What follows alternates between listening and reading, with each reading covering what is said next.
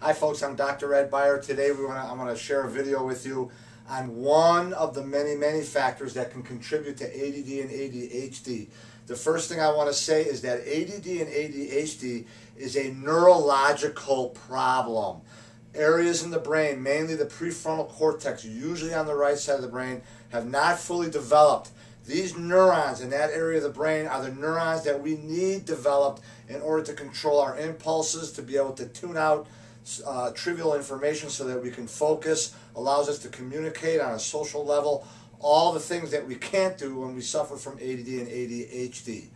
These neurons in the prefrontal cortex, the way they communicate with each other is by way of some very special neurotransmitters called dopamine and serotonin. Dopamine and serotonin are needed for this area of the brain to work. Now, children with ADD and ADHD, or adults with ADD and ADHD, many of them have a dopamine and serotonin deficiency. We test for this to find out. One of the reasons that you may have a dopamine and serotonin deficiency is you may be suffering from a genetic defect called the Mthfr genetic defect. Here's the deal.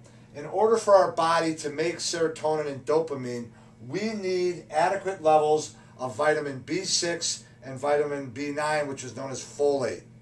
Now, B6 and folate are needed to make serotonin and dopamine.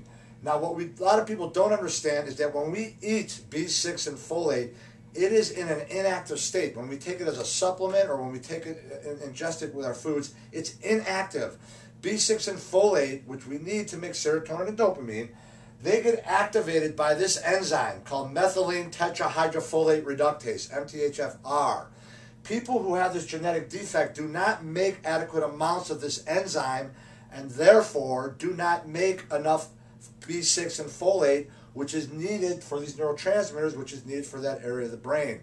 The only way to know, and by the way, this is the #1 genetic defect in our country. I personally have it myself. What is nice about this is we test all the children that suffer with this, or adults, and if they have this defect, the solution is very simple.